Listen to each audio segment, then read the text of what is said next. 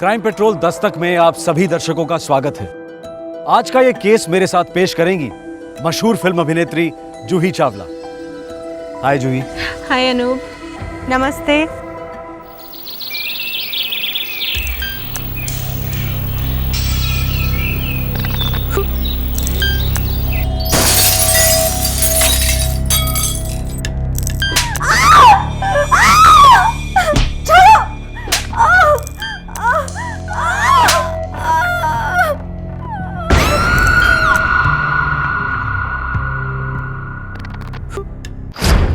आज का केस शुरू तो हुआ एक आम घरेलू समस्या को लेकर, पति पत्नी के बीच की अनबन।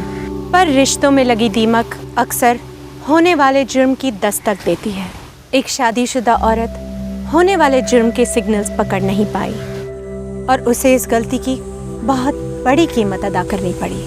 23 सितंबर 2010, देहरादून।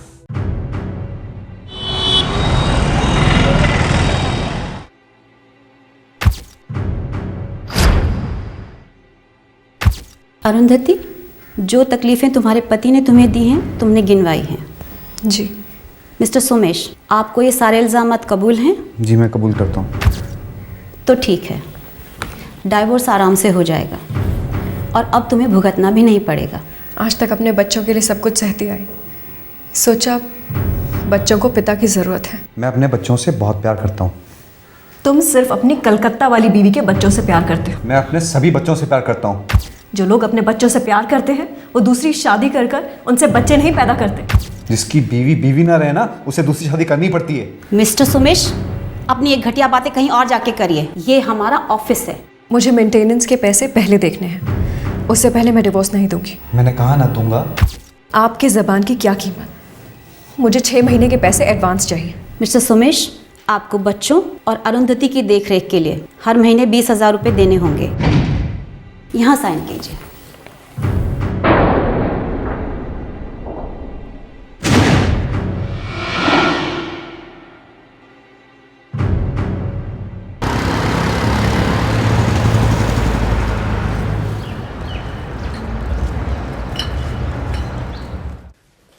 अरुंधति के माता पिता और भैया जानते थे कि अरुंधति की शादी दम तोड़ रही है।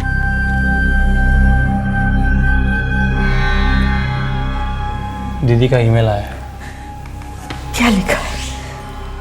उन्होंने अलग होने का फैसला ले लिया है। सोमेश मेंटेनेंस देगा।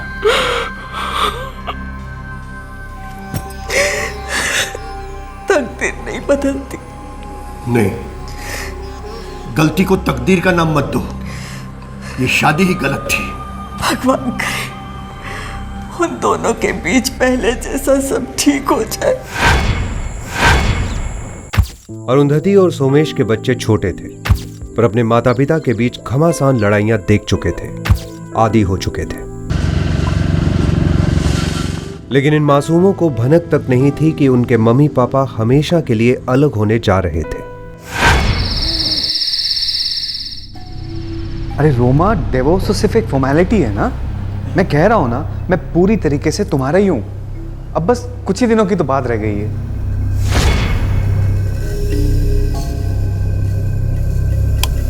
अरे ऐसी बातें मत करो प्लीज। मैं कह रहा हूँ ना, ये शादी एकदम खत्म हो चुकी है। It's finished. अब हम लोग नए सिरे से एक नई जिंदगी शुरू करेंगे, ठीक है? मैं, तुम और हमारे बच्चे, बस। I love you Roma. I really love you. Okay. Bye. पता नहीं वो कौन सा मनहूस दिन था जब तुम मेरी जिंदगी में। किसी जमाने में ये दोनों उस दिन को सबसे खूबसूरत दिन मानते थे। ये प्रेम कहानी 1992 में शुरू हुई और 1999 में अरुंधति और सोमेश विवाह के बंधन में बंध गए। 2004 में इस जोड़े को जुड़वा बच्चे हुए। ये परिवार अपने आप में संपूर्ण हो गया, लेकिन स्वर्ग को नर्क में बदलने में ज्यादा देर नहीं लगी। सोमेश ने अरुंधति की पीठ पीछे दूसरी शादी कर ली, लेकिन जब तक अरुंधति को पता चलता, पानी सर के ऊपर जा चुका था।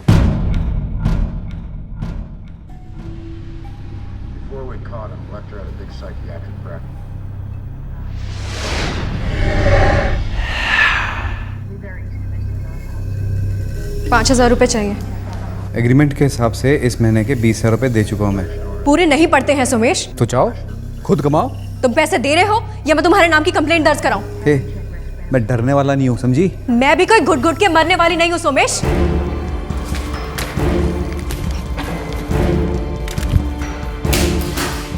अपनी लिमिट में रह, समझी? वरना मैं लिमिट के बाहर चला जाऊंगा। अरे जाओ, तुम जैसे डरपोक इंसान की लिमिट हो भी क्या सकती है? एक थप्पड़ मारोगे या कुछ फेंक के मारोगे? अरे पता नहीं उस औरत ने तुम जैसे नामर्द में देख क्या लिया। छी! अब बहुत हो गया, बहुत हो गया, बता रहा हूं। बहुत नहीं हुआ, ये तो अभी सिर्फ शुरुआत है।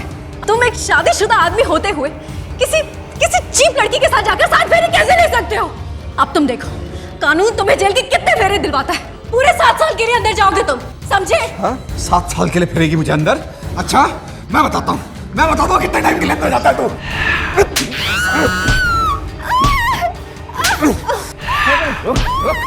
You die!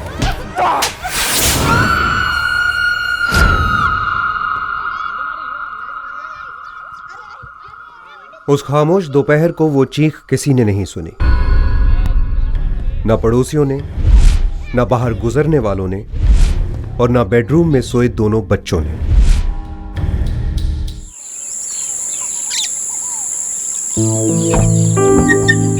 चल।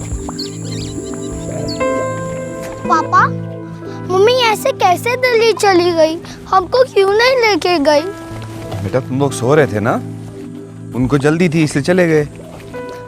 मैं मम्मी से कभी बात नहीं करूंगी।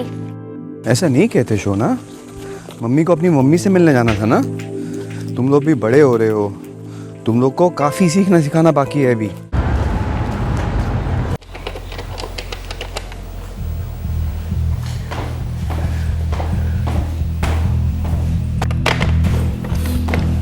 राजन, अरुंधति फोन नहीं उठा रही है।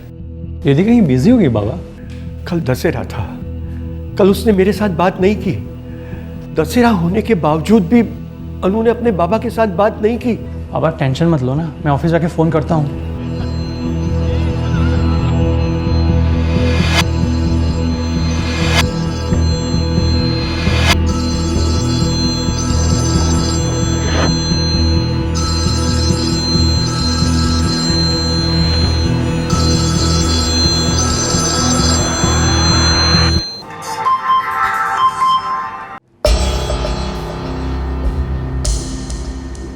मैं ठीक हूँ, बस कुछ चीज़ें सुलझानी थी। उम्मीद करती हूँ कि दशहरा अच्छा रहा होगा। मैं फिर कभी फ़ोन करती हूँ।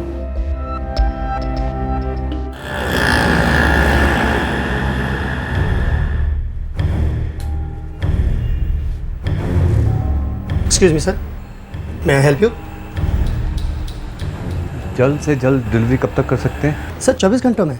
आप लोग कैश लेते हैं या सिर्फ कार्ड लेते हैं? सर आपने मॉडल चूज़ कर लिया है ना? हाँ, ये वाला। Sir I am sorry, don't mind, ये फ्रीजर है, नॉर्मली घरों में यूज़ नहीं होता है। आप कहें तो मैं आपको दूसरे फ्रिज दिखा देता हूँ जो घरों में यूज़ होते हैं, और उन पर स्कीम्स भी हैं। क्यों, कोई प्रॉब्लम है? मुझे ये वाला चाहिए। Okay sir, sure. मैं कैश दे देता हूँ। प्लीज़।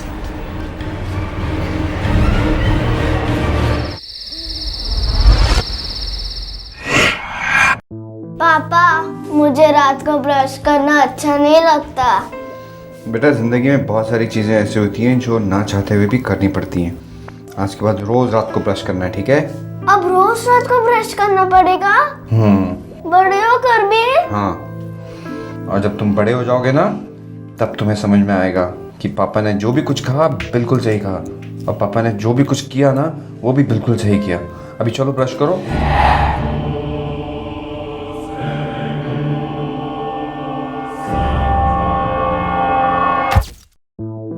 सोमेश ने रोजमर्रा के काम की जिम्मेदारी तो बखूबी उठा ली, लेकिन बच्चे हर पल अपनी माँ की कमी महसूस कर रहे थे। मुझे मम्मी चाहिए, मुझे दिल्ली जाना है। नहीं जा सकते। क्यों? छुट्टियों में जाएंगे, ठीक है? मम्मी वापस नहीं आएंगी? मम्मी हम तीनों के बगैर कैसे रह सकती है? हाँ, फिर छोड़कर क्यों गई? बेटा पापा और मम्मी के बीच में कुछ बातों को लेकर के मिसअंडरस्टैंडिंग हो गई है, इसलिए मम्मी दिल्ली गई है। वहाँ पे आराम से बैठ के सोचेंगी। तब तक पापा है ना तुम्हारा ख्याल रखने के लिए। मेरी बातें समझ रहे हो ना यश? मीनाक्षी,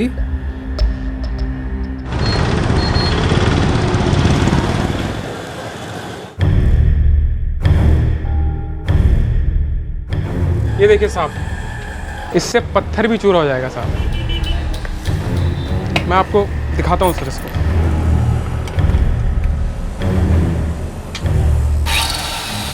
ये कितने का है? ये 3,500 का है सर। अगर आप इसको लेंगे तो इसके साथ आपको 3 ब्लेड मुफ्त भी मिलेंगे। इसको पैक कर दो। ठीक है सर।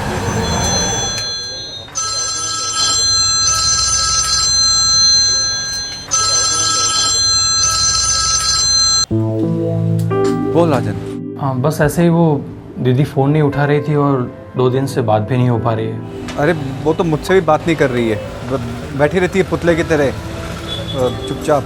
क्यों, सब ठीक तो है ना जीजा जी? हाँ, बहुत बहुत अच्छा चल रहा है साले साहब। वो तुम्हारी दीदी को मेडिटेशन का भूत सवार है। मौन व्रत रखा है उसने, बच्चों से भी बात नहीं कर रही है। अजीब बात है। कब तक चलेगा ये? पता नहीं, कह रही थी कि 3-4 दिन का कोर्स है। अब जब बोलेगी तभी पता चलेगा ना कि कब खत्म होगा। आप दोनों के बीच में जो कुछ भी हो रहा है ना, मम्मी पापा बड़े परेशान हैं यहाँ पर। अरे उनसे कहो मैं कोई राक्षस नहीं हूँ। मैं और तुम्हारी दीदी आपस में पैचअप करने वाले हैं। ये शादी नहीं टूटेगी। थैंक गॉड जीजा जी। मम्मी पापा को मेरा प्रणाम कहना। ठीक है जी। ये लीजिए सर।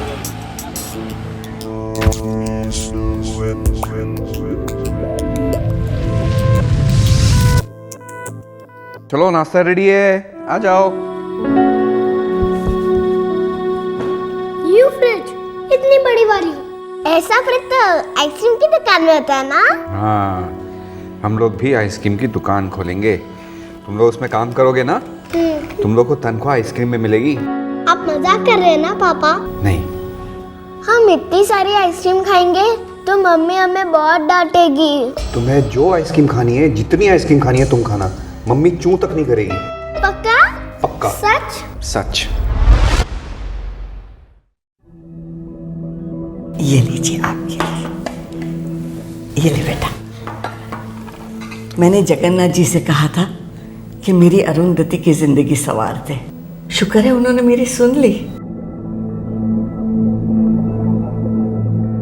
ये नसीब वसीब के चक्कर में मत पड़ो, सब ठीक ही होगा।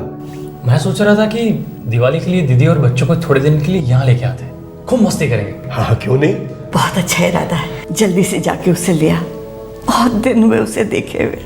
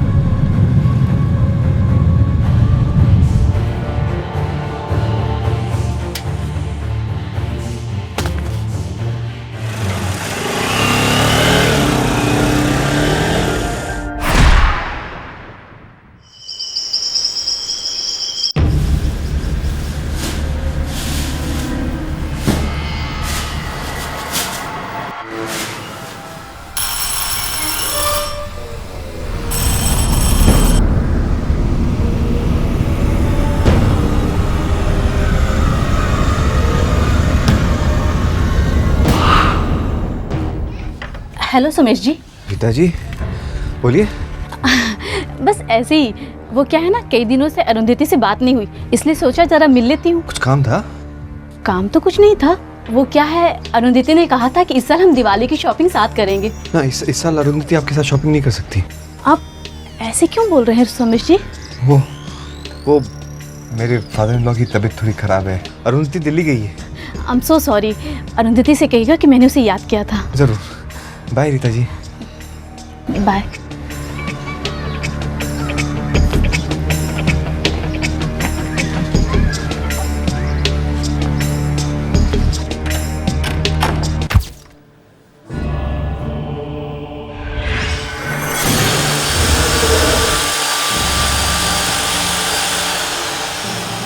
जाहिर है कि सोमेश झूठ बोल रहा था।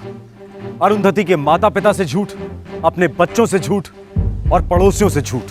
सभी लोग जानते थे कि सोमेश और अरुंधति के बीच सब ठीक नहीं है। सोमेश किसी से ठीक से नहीं मिल रहा था और अरुंधति, वो तो मानो गायब ही हो गई थी।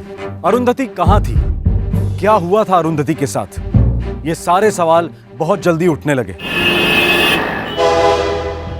जीजा जी जरा दीदी का फोन दीजिए। अरे राजन, मैं पहले बोल चुका हूं ना तुझसे। हाँ, वो मेडिटेशन, लेकिन उसको तो कितने दिन हो गए। अरे तो अरुंधति को तेरे से बात नहीं करनी है तो मैं क्या कर सकता हूँ इसमें? अरे वो SMS कर सकती है, ईमेल कर सकती है, तो फोन पे क्यों नहीं आ सकती वो? किसी से बात नहीं कर रही है ना, मुझसे नहीं बात कर रही है, तुझसे नहीं बात कर रही है, तेरे मम्मी पापा से नहीं बात कर रही है। तू जानता है ना तेरी बहन कितनी जिद्दी है। जीजा जी, मैं उससे कई ज्यादा जिद्दी हूँ। उसे फोन दीजिए, अभी दीजिए। मैं घर पहुंच के देता हूँ। कितनी देर में घर पहुंच रहा है? बस थोड़ी देर में। कितनी देर में जीजा जी? 1 घंटे में बस। खुश? या तेरी दीदी खामोश होगी तो तू मुझे क्यों विलन बना रहा है?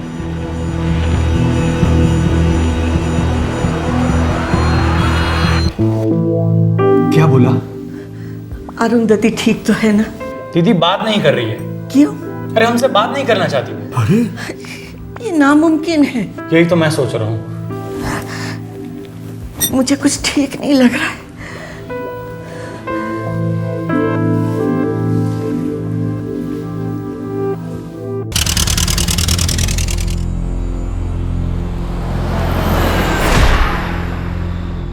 अगले ही दिन अरुंधति का भाई राजन देहरादून पहुंचा।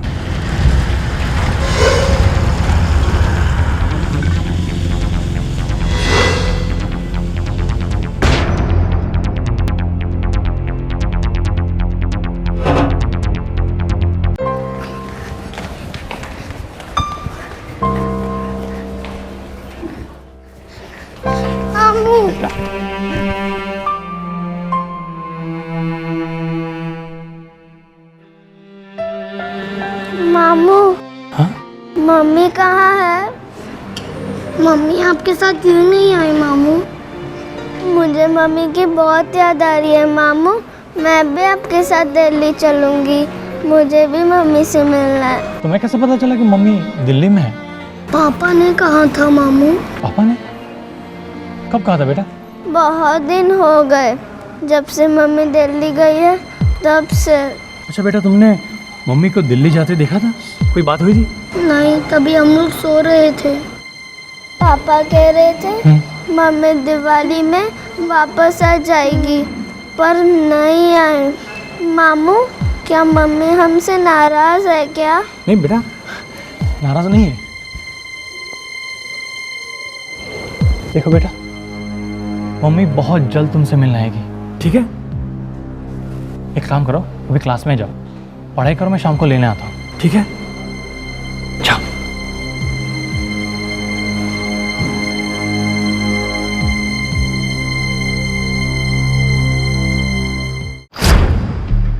राजन ने पुलिस को इत्तला करने में 1 सेकंड की भी देरी नहीं की और पुलिस ने सोमेश के घर पहुंचने में भी कोई देरी नहीं की।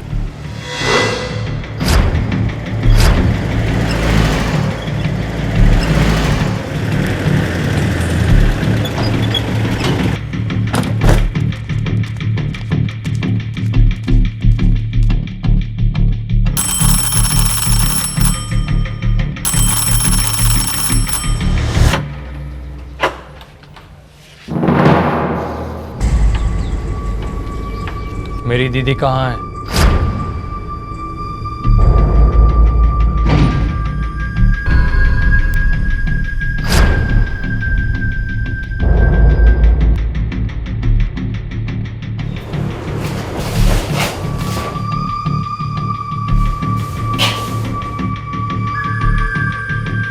मिस्टर सोमेश, कुछ बोलेंगे भी? मिसेस अरुंधति कहाँ है?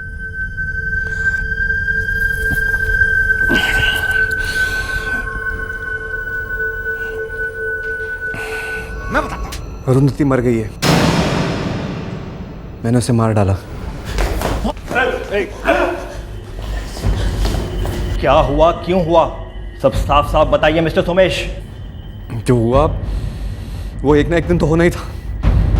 वो मुझे जीने नहीं दे रही थी, मुझे ब्लैकमेल कर रही थी, पैसों की भूखी थी। थक गया था मैं। मरी नहीं थी वो, थोड़ी जिंदा थी। मैं डर गया था। 2 बार मुझ पे डोमेस्टिक वायलेंस के केस कर चुकी थी वो। फिर से अरेस्ट करवाती, टॉर्चर करवाती। मैंने सोचा बस और नहीं। और तूने मेरी दीदी को मार डाला, अरे जान से मार डाला मेरी दीदी को।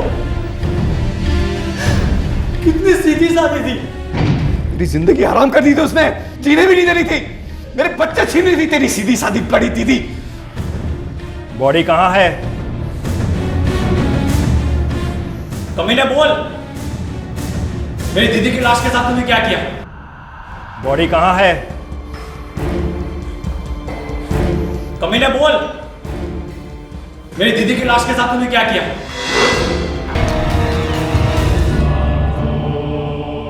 दो दिनों तक सोमेश ने अरुंधति की लाश को घर पर ही रखा।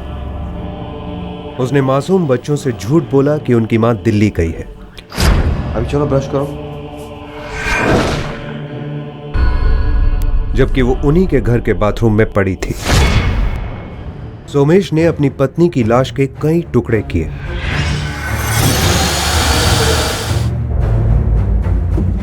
उसने उन टुकड़ों को कोल्ड स्टोरेज में पैक कर दिया और फिर जब जब मौका मिला सोमेश ने अपनी पत्नी की लाश के टुकड़ों को पॉलीथिन के बैग्स में डालकर शहर की अलग अलग जगहों में फेंक दिया। रोज थोड़े थोड़े टुकड़े घर से बाहर जाते और ठिकाने लगाए जाते।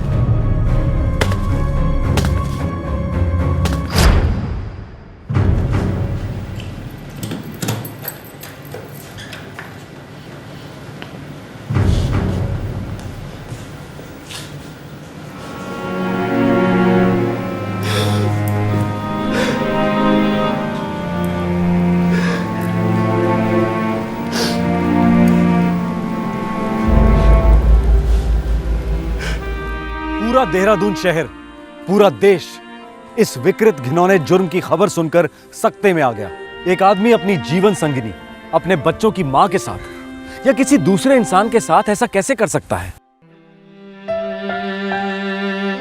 अरुंधति के बच्चों को गहरा सदमा पहुंचा है। उनके दिलो दिमाग में क्या चल रहा है ये कोई नहीं जानता, पर इतना हम सब जानते हैं कि इन बच्चों की मां के साथ साथ इनके बचपन के भी टुकड़े हो चुके हैं। ये फ्रिज इतनी बड़ी वाली, ऐसा फ्रिज तो आइसक्रीम की दुकान में होता है ना। हम इतनी सारी आइसक्रीम खाएंगे तो मम्मी हमें बहुत डांटेगी।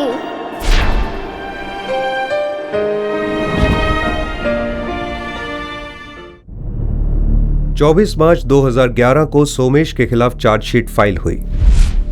फिलहाल वो जुडिशियल कस्टडी में है।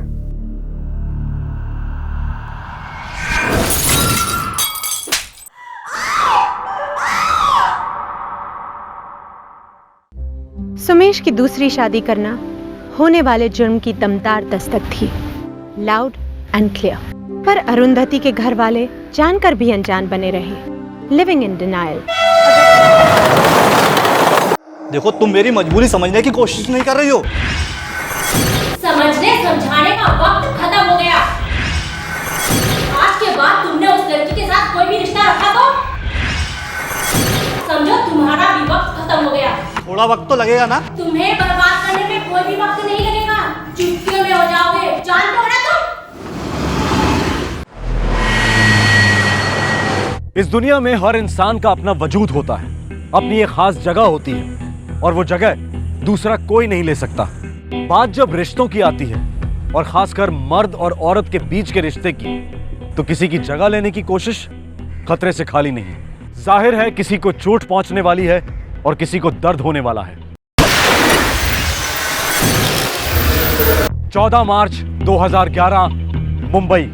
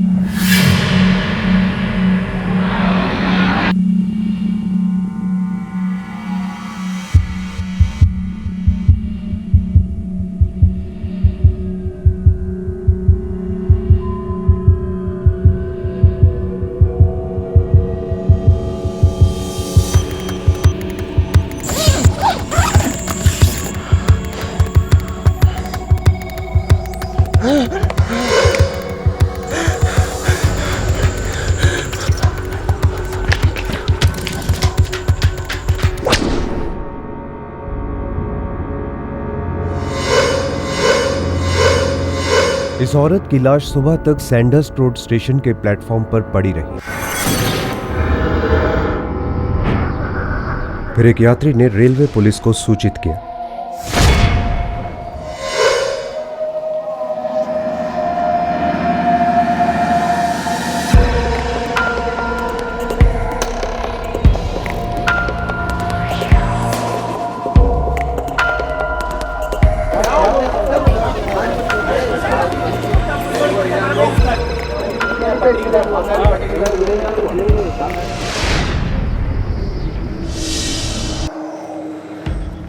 सर, मोती बौखला गया है, किसी एक दिशा में नहीं जा रहा है। रेलवे प्लेटफॉर्म है, पब्लिक प्लेस, काफी मूवमेंट हुई होगी यहाँ पर। सर बॉडी के ऊपर कोई भी आइडेंटिफिकेशन मार्क्स नहीं है, कोई भी पर्सनल आइटम्स नहीं है। मौत कैसे हुई होगी? शायद गला दबाकर।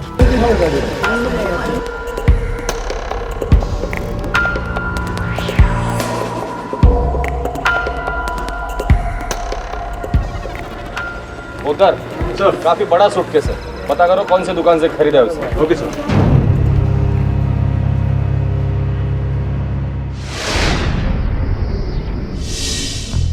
एक सनसनीखेज मर्डर। इस केस का नाम सूटकेस मर्डर पड़ गया था। लाश पर कोई भी ऐसी निशानी नहीं थी जो उसकी पहचान करा पाती। पुलिस को किसी भी दिशा में जाने का रास्ता नहीं मिल पा रहा था। Totally open case. कंफर्म है, गले को हाथों से दबाया गया है। और कोई चोटें? रीढ़ की हड्डी पर 2 फ्रैक्चर हैं। मतलब मर्डर के पहले इस तरह पीटा गया था कि इसके पीठ की हड्डी टूट गई। शायद ऐसा नहीं है, मुझे लगता है कि लाश को सूटकेस में फिट करने के लिए हड्डी तोड़ी गई, और वो भी मर्डर के बाद। सर वो सूटकेस बनाने वाली दुकान कुछ पता नहीं चल पाया। एक काम करो, इस औरत का अखबार में फोटो छाप दो। कोई ना कोई तो इन्फॉर्मेशन इस औरत के बारे में हमें मिल ही जाएगी। सर एक इन्फॉर्मेशन और देनी थी। जी कहिए। ये औरत प्रेग्नेंट थी, 4था महीना था।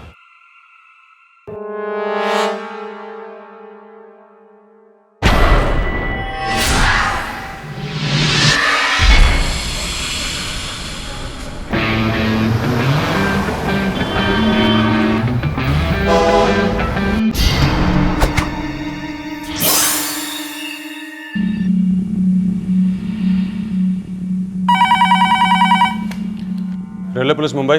सर मैं विजय साहनी बोल रहा हूँ दिल्ली से। हाँ बोलिए। सर आपने जो अखबार में फोटो दी है वो मेरी बहन है सर।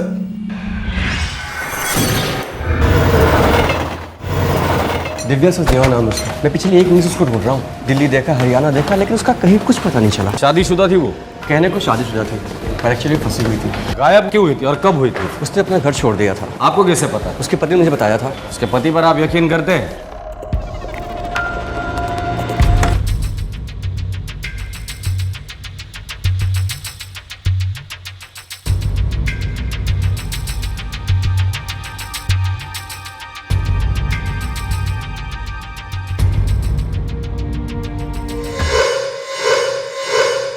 ऐसा लग रहा था कि आखिरकार लावारिस लाश की पहचान हो गई थी, पर जो दिखता है अक्सर ऐसा होता नहीं। पता चला कि यह एक मिस्टेकन आइडेंटिटी का केस था और यह लाश अब भी लावारिस ही थी।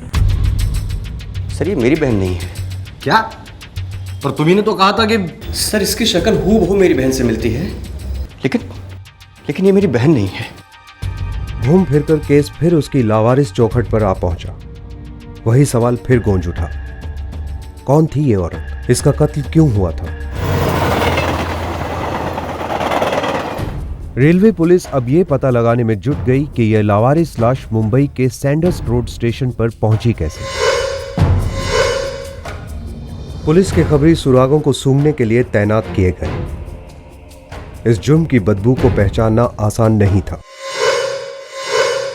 आखिरकार उस आदमी का पता चल गया जो वो सूटकेस सैंडर्स स्टेशन पर छोड़ गया था। साहब माफ कर दीजिए साहब।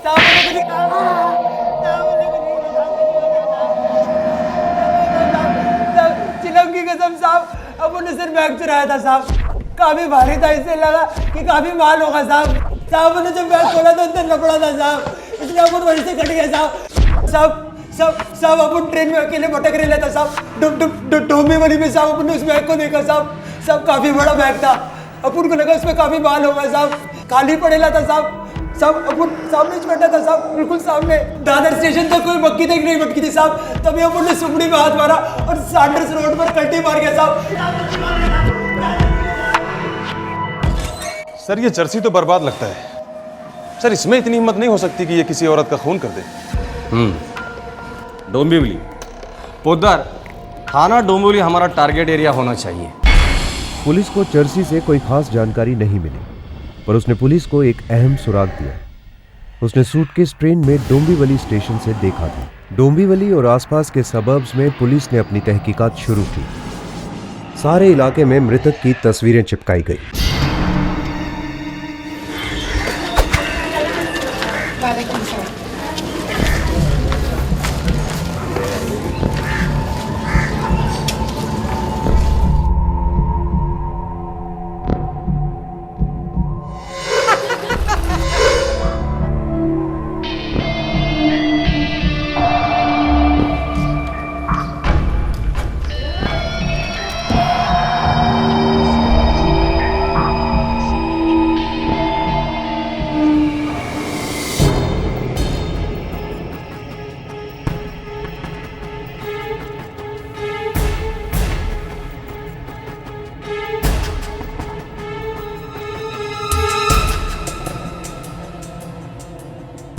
Hello, police station?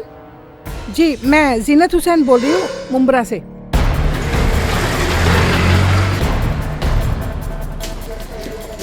जीनत हुसैन? जी, मैंने ही आपको बुलाया था। वो उस तस्वीर वाली औरत के बारे में बात करनी थी आपसे। जी बताइए, क्या जानती है इस औरत के बारे में? जी, ज्यादा तो कुछ नहीं याद है मुझे इसके बारे में। वो क्यों बुलाया हमें? देखिए, पहले एक आदमी ने गलत चेहरा पहचान कर हमारा काफी वक्त बर्बाद किया है। मैं इसके कपड़ों को बहुत अच्छी तरह से पहचानती हूँ और अपनी कारीगरी को तो और भी अच्छी तरह से पहचानती हूँ। इसने जो ड्रेस पहन रखा है वो 1 हफ्ता पहले मैंने ही सिला है। ये देखिए, उसका बचा हुआ कपड़ा भी है मेरे पास। आपा, जरी का काम बॉर्डर पर और गले पर कैसा रहेगा? बहुत बुरा लगेगा। अरे कहाँ बाबा आदम के जमाने की बात करती है। मैं तेरे लिए एक नए डिजाइन की ड्रेस बनाऊंगी। अरे तेरे तो होश ही उड़ जाएंगे। ठीक है आपा, अब आपसे क्या बहस करना। आप यहाँ की सबसे अच्छी कारीगर मानी जाती हैं और सबसे बुजुर्ग भी। अरे बाबा आदम के जमाने से कर रही हूँ ये बिजनेस। नाम क्या था इस औरत का? नाम और पहचान की बात तो नहीं हुई थी, लेकिन ये पक्का है कि वो इस मोहल्ले में नई आई थी। इससे पहले तो उसे कभी देखा ही नहीं था। आप पक्का कैसे कह सकती हैं कि वो औरत यही है? ये कुर्ती मैंने सिली है, 16 आने मैंने सिली है और ये इस औरत पर फिट बैठती है, इसीलिए ये औरत भी वही है। हर औरत की फिटिंग अलग होती है। सर ये औरत यहाँ की नहीं हो सकती। क्यों? सर अगर यहाँ की होती तो कोई ना कोई तो पहचान लेता। और सर ये जीनत आपा बहुत बूढ़ी हो चुकी है। सर मुझे लगता है सठिया गई से कुछ पता नहीं है। सर सिर्फ गोली दे रही है। हो सकता है, लेकिन आगे जाने के लिए हमारे पास कोई रास्ता भी तो नहीं है। एक काम करो, मुंब्रा में हमारे जितने भी खबरी है सबको एक्टिवेट कर दो। उधर अगर ये औरत यही की थी तो ये केस भी यही खत्म होगा। Right sir.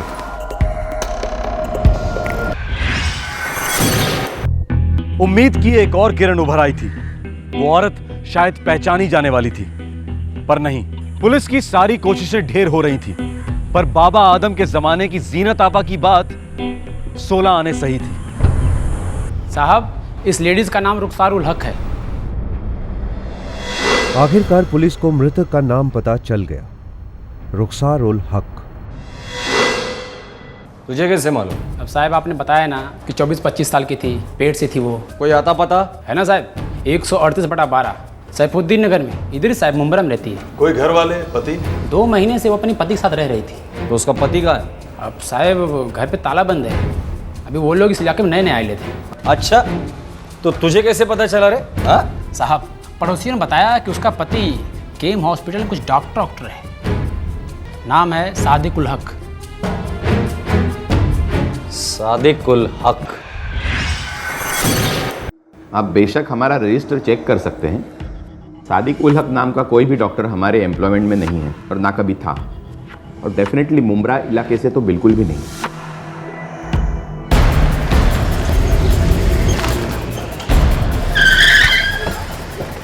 पुलिस तुरंत सादिक उल हक के घर पहुंची। यहाँ अखबार कौन पढ़ता है साहब? ये जो जनानी थी ना रुखसार, वो कभी किसी से बातचीत नहीं करती थी। जब देखो वो घर पर ही बैठी रहती थी। अरे सर, उसका शौहर भी किसी से मिलता जुलता नहीं था सर, लाट साहब की तरह रहता था। सुना है बड़ी डिग्रियां विग्रियां थी उसके पास, नाक तो उसकी आसमान की तरफ ही रहती थी। किसी ने तो बात की होगी कभी, कोई रिश्तेदार या कोई तो घर पर आता जाता होगा। जी नहीं साहब।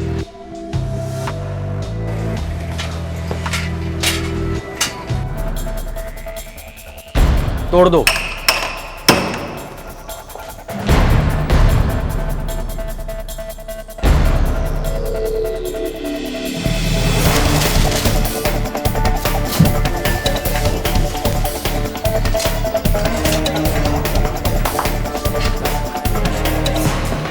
सर इस रेलवे टिकट के अलावा और कुछ नहीं मिला। 16 फरवरी मोतिहारी से मुंबई। हो सकता है ये जोड़ा बिहार से हो, मोतिहारी इलाके का। नंबर उधर पता करो, ये नंबर किसका है।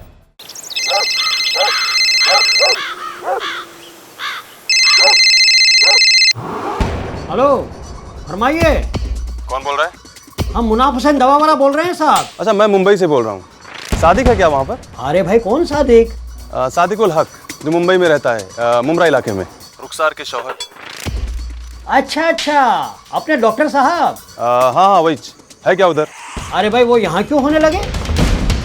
तो कहाँ मिलेगा? उनके बारे में तो तौसीफ या सभी भी कुछ बता सकते हैं। और ये दोनों कहाँ मिलेंगे? अरे साहब ये हकीम खाना है, कोई डाक खाना नहीं। जितना मालूम था उतना बता दिया। अब कुछ दवा दारू चाहिए तो बताइए, वरना फिर अल्लाह हाफिज। कुछ पता चला? सर 2 नाम बताए हैं, तौसीफ और शबीब। दोनों को अंदर ले लो। हाँ बोलो अशरफ। साहब, शबीब और तौसीफ ये दोनों डॉक्टर सादिक के चचेरे भाई हैं साहब। फिलहाल ये दोनों हैं कहाँ? जीवनानी मेडिकल कॉलेज के हॉस्टल में साहब।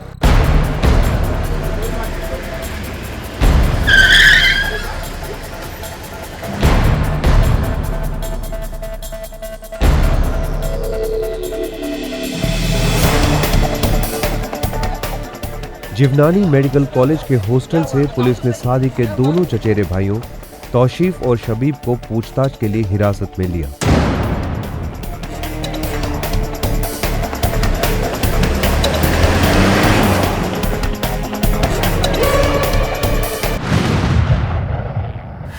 सुराग मिलते जा रहे थे, पर मंजिल अभी बहुत दूर थी। इस बात का कोई अंदेशा नहीं था कि रुखसार का कत्ल क्यों हुआ था और उसकी लाश को एक सूटकेस में डालकर कहां ले जाया जा रहा था। इस केस ने मुंबई रेलवे पुलिस की नींद उड़ा दी थी।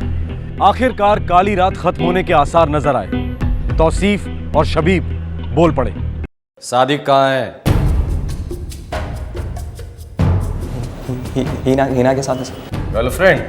बेगम सर, सादिक भाईजान की दूसरी बेगम सर। लेकिन आप कल ही तो लौटे हैं। काम ही कुछ ऐसा है, मुझे सुबह तक इंदौर पहुंचना है। फिर हम मुंबई आए ही क्यों?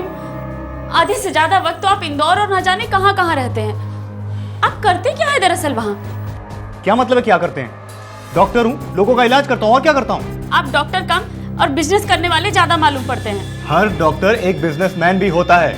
अगर तुम पढ़ी लिखी होती ना तो तुम्हें ये सब बातें समझ में आती। खैर, अपनी अपनी किस्मत, क्या कर सकते हैं। सादिक, मेरा 3रा महीना चल रहा है और इस जगह में एक परिंदे को भी नहीं पहचानती। मुझे बहुत डर लगता है। मैंने तुमसे कितनी बार कहा है कि चलो मायके छोड़ दूं तुमको, लेकिन तुम हो कि मना करती रहती। मैं क्या कर सकता हूँ? आपसे शादी मैंने मायके में रहने के लिए नहीं की है। मैं आपके साथ रहना चाहती हूँ सादिक, सिर्फ हम दोनों। पता नहीं फिर ऐसा मौका कब मिले। सादिक,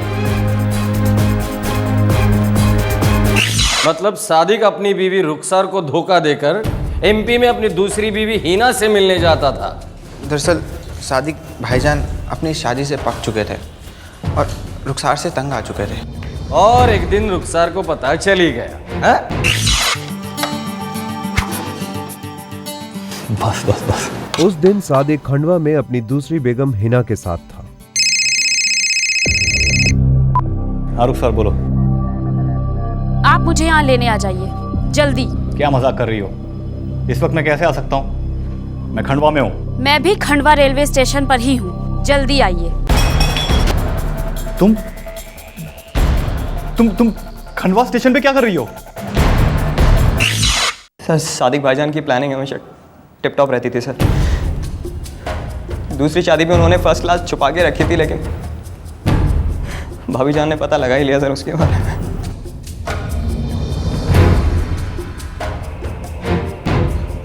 और फिर वो धमकियाँ देने लगी और बात में पुलिस के पास जाने की बातें करने लगी। अगर आपने अभी के अभी उस के साथ अपना रिश्ता नहीं तोड़ा तो मैं आपका जीना हराम कर दूंगी।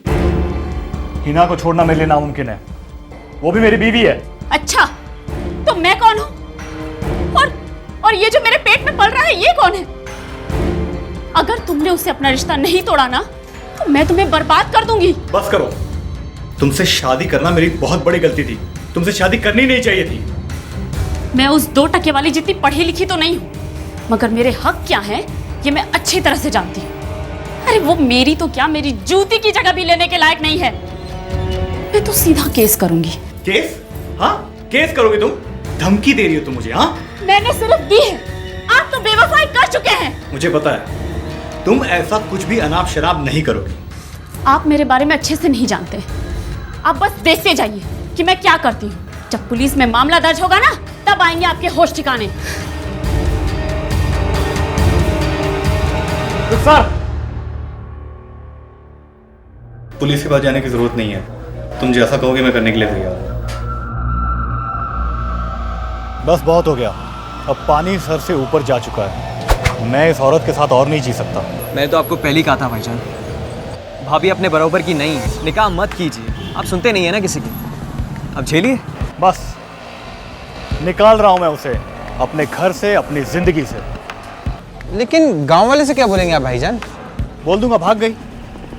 आप कमाल करते हैं भाईजान, एक झूठ तो आप गांव वालों को बोल चुके हैं कि आप मुंबई में एक डॉक्टर हैं, लेकिन गांव वालों को आप ये नहीं बोल पाएंगे कि एक 4 महीने की गर्भवती औरत कहीं भाग गई। हजारों सवाल पूछेंगे लोग, उंगलियां उठाएंगे आपके ऊपर।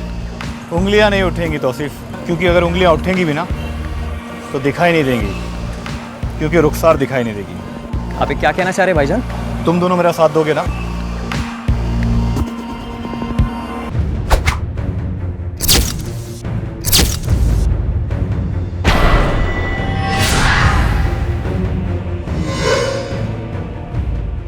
मार्च 2011 को सादिक ने यह निश्चित किया कि रुखसार अपने घर से बाहर ना जाने पाए ताकि पड़ोसियों को उसकी मौजूदगी के बारे में पता ना चले।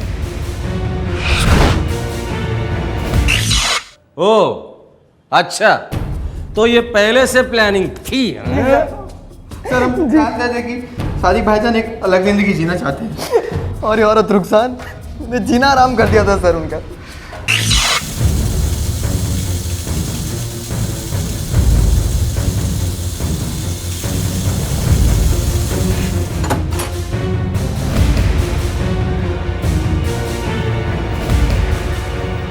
खत्म, रात हो जाए बस।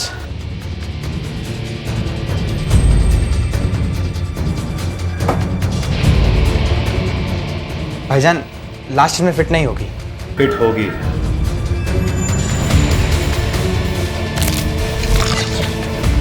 यात्रीगण कृपया ध्यान दें, ये अंबरनाथ से छत्रपति शिवाजी टर्मिनस जाने वाली आखिरी लोकल है। ये गाड़ी सभी स्टेशनों पर रुकेगी।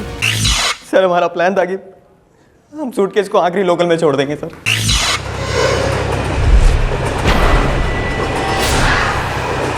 सर रुखसार भाभी और भाईजान को मुंबई आए मुश्किल से 2 महीने हुए थे। भाभी जान और भाईजान को कोई नहीं जानता था सर। हमको लगा उनको कोई नहीं पहचान पाएगा सर, उन लोगों को कोई पहचानता ही नहीं था सर।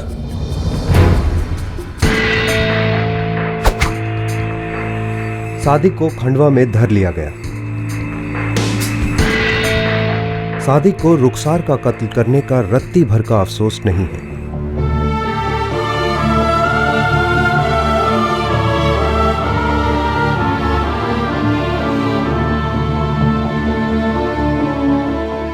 आखिरकार रुखसार की लाश को दफना दिया गया है। रुखसार एक खुशहाल शादीशुदा जिंदगी गुजारने की कोशिश कर रही थी और अपनी इसी कोशिश के चलते वो अपनी जान गंवा बैठी। किसी के साथ जबरदस्ती जिंदगी बिताना कोई जिंदगी नहीं होती। रुखसार जान चुकी थी कि सादिक उसका नहीं है और शायद उसका कभी था ही नहीं। जरूरी था कि वो अपने साथ हुए धोखे को समाज के सामने रखे और अपने हक के लिए लड़े, प्यार के लिए नहीं। दर्द जरूर होता, लेकिन जख्म भर जाते, पर जिंदगी तो नहीं गंवानी पड़ती। हर जुर्म दस्तक देता है, ध्यान से सुनिएगा, जानें बच सकती हैं। फिर मिलेंगे, जय हिंद। इस तरह के और भी एपिसोड देखने के लिए हमारे चैनल को सब्सक्राइब करें और बेल आइकन दबाना ना भूलें।